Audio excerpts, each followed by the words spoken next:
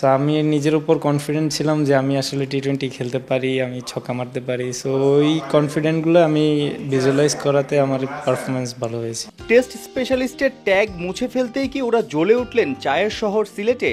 ছোট ফরম্যাটে রঙিন পোশাকেও শটের বাহার, মন কেড়েছেন জয় আর সাদমান। সদ্য শেষ হওয়া এনসিএল টি-20তে শতক এসেছে 2টা। সেই কীর্তি গড়েন চট্টগ্রামের মাহমুদুল হাসান জয় আর ঢাকা মেট্রোর সাদমান ইসলাম।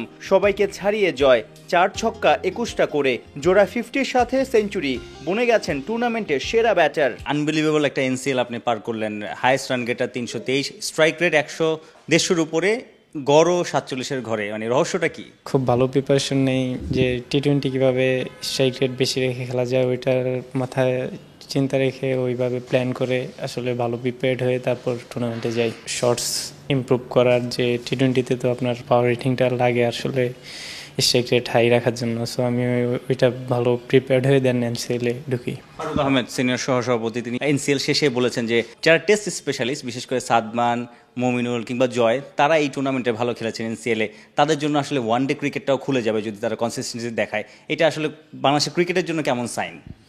না, আমি বলবো অবশ্যই খুব ভালো সাইন, কারণ যারা টেস্ট খেলে ওরা কিন্তু খুব, আমি বলবো যে ওয়ার্ল্ডের সবগুলা ভালো টিম, সব বেস্ট টিমের সাথেই খেলে এবং তাদের বেস্ট বোলারদেরই ফেস করা লাগে। সো ওইটা থেকে আসলে নিজেকে ডেভেলপ করা, সবাই নিজেকে ডেভেলপ করে এখন সাদা বলে আসলে আপনার দেখেন লাল বলে যতটা বলে মুভমেন্ট থাকে হয়তো বা সাদা বলে অতটা থাকে না।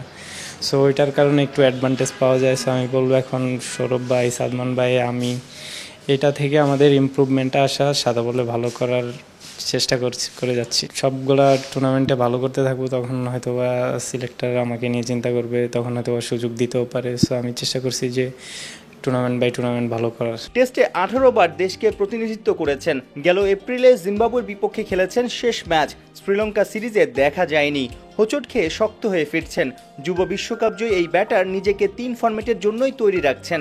এনসিএল এর মতো বিপিএল মাতিয়েও নির্বাচকদের ভাবনায় ফেলতে চান মাহমুদুল হাসান জয়। সাইফুল রূপক, 71।